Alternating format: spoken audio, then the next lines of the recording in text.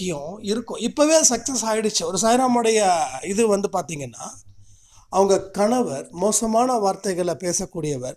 இந்த 1 வீக்காக அந்த மாதிரி வார்த்தைகள் வரலையா, இல்லை எனக்கு காதில் கேட்கலையா அப்படின்னு தெரியலன்னாங்க. நான் தான் சொன்னேன், உங்கள் காதில் கேட்கலையோ வரலையோ ஆக பொறுத்த வரைக்கும் ஹாப்பி தானே அப்படின்னா. ஹாப்பி தானேண்ணா, அப்போ விட்ருங்க அப்படின்னு.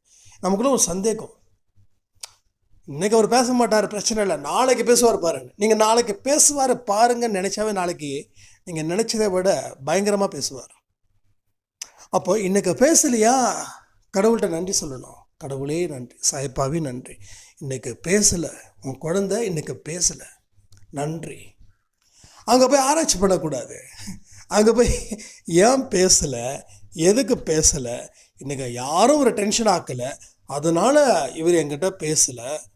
நாளைக்கு பாரு அவங்களாம் வராங்க,